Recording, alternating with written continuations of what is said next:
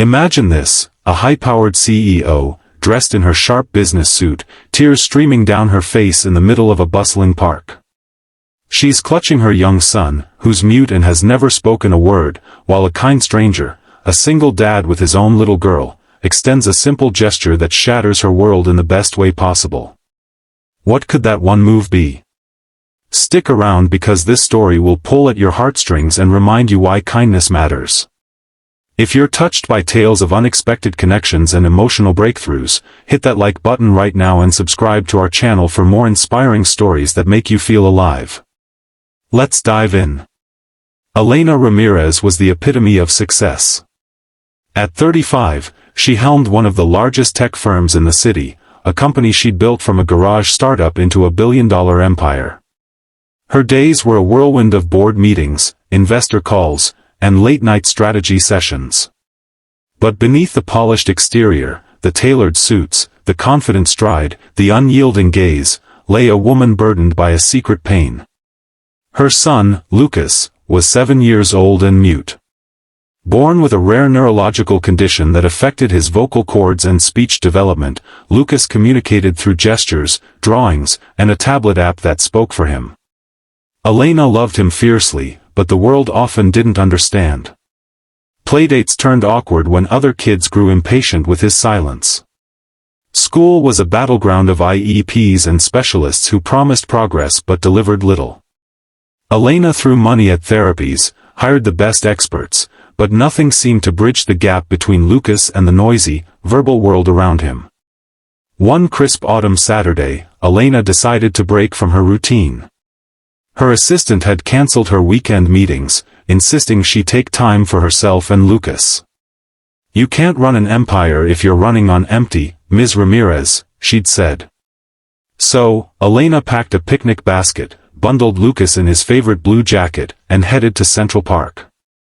It was a rare outing. Usually, nannies handled park visits while Elena conquered the corporate ladder.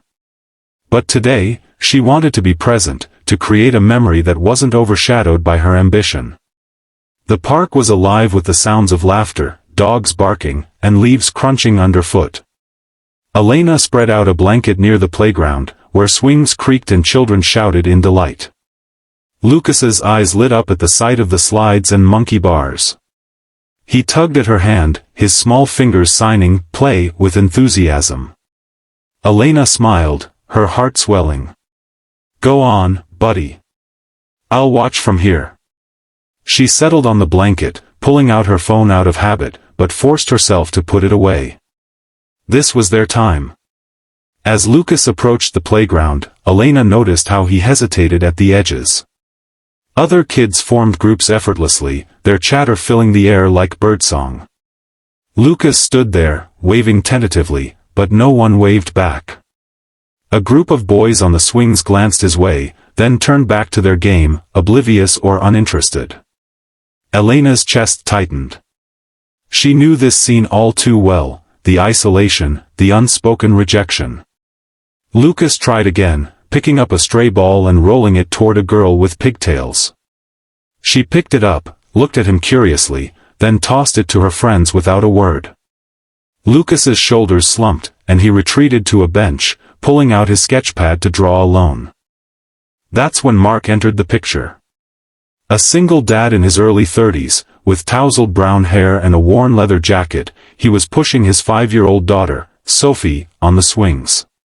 Mark had his own scars. Widowed 2 years ago after a car accident that took his wife, he juggled freelance graphic design work with raising Sophie. Life was a tightrope of daycare drop-offs, microwave dinners, and bedtime stories where he fought back tears reading about happy families. Sophie was his light, a bubbly chatterbox who filled the silence in their small apartment. But Mark worried about her social skills. She was shy around strangers, clinging to him like a lifeline. Sophie spotted Lucas on the bench, his head bent over his drawing. "Daddy, look! That boy is drawing a dragon," she exclaimed, pointing with wide eyes. Mark glanced over, seeing the solitary child.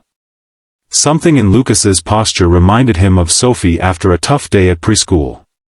"Why don't you go say hi, sweetie?" he suggested gently.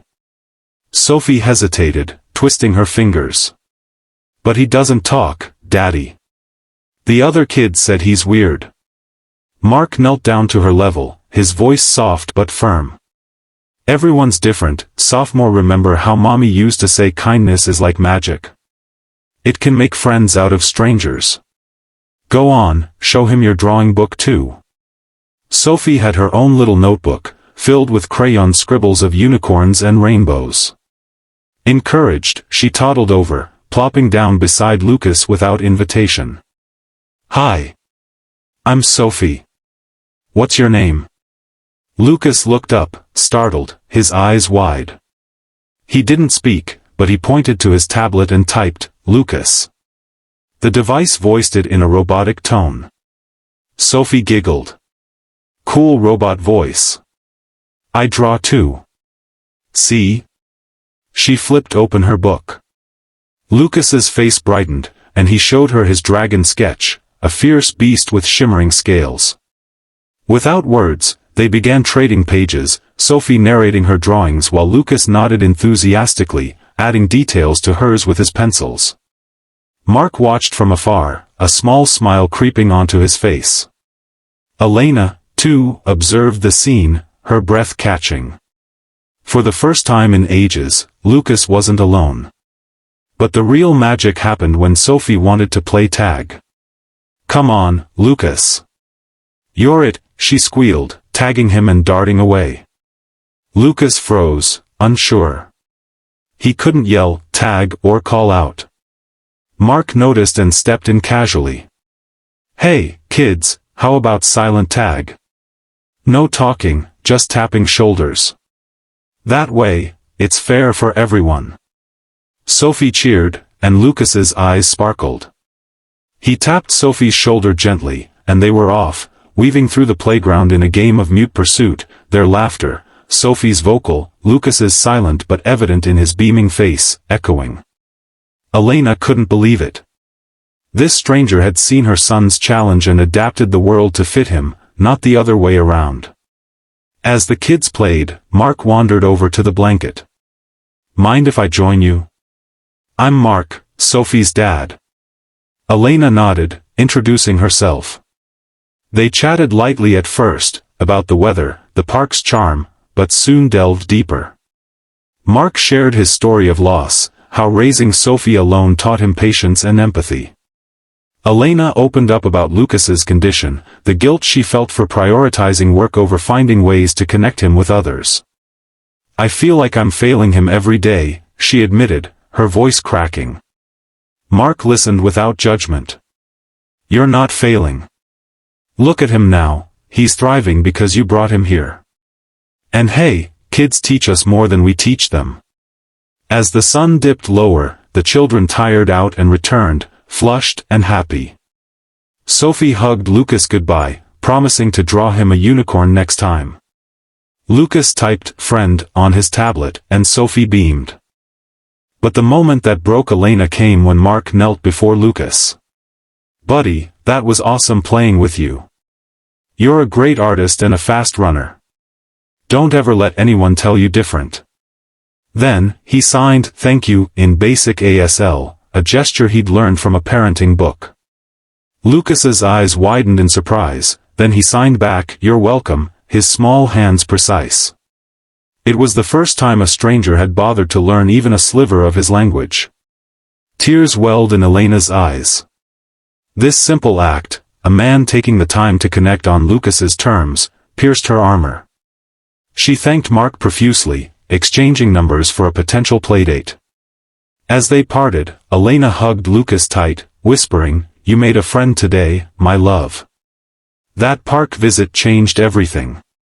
Elena started incorporating more family time into her schedule, even bringing Lucas to work events where colleagues learned to communicate with him.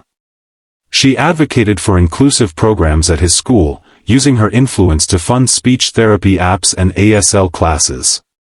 Mark and Sophie became regulars in their lives. Playdates turned into barbecues, then quiet evenings where the adults shared dreams and vulnerabilities. Over time, a spark ignited between Elena and Mark, two wounded souls finding solace in each other. Lucas began to open up more, his confidence blooming like spring flowers. He even started vocalizing simple sounds during therapy, a breakthrough Elena attributed to that fateful day. The inspiring message? In a world that moves too fast, kindness is the quiet revolution. It doesn't take grand gestures, sometimes, it's adapting a game or learning a sign that bridges hearts. One act can heal isolation, spark friendships, and remind us we're all connected. If this story moved you, smash that like button and subscribe for more tales that celebrate the human spirit. Who knows? Your next act of kindness could be someone's turning point. Share in the comments, what's the kindest thing someone's done for you? Let's spread the love.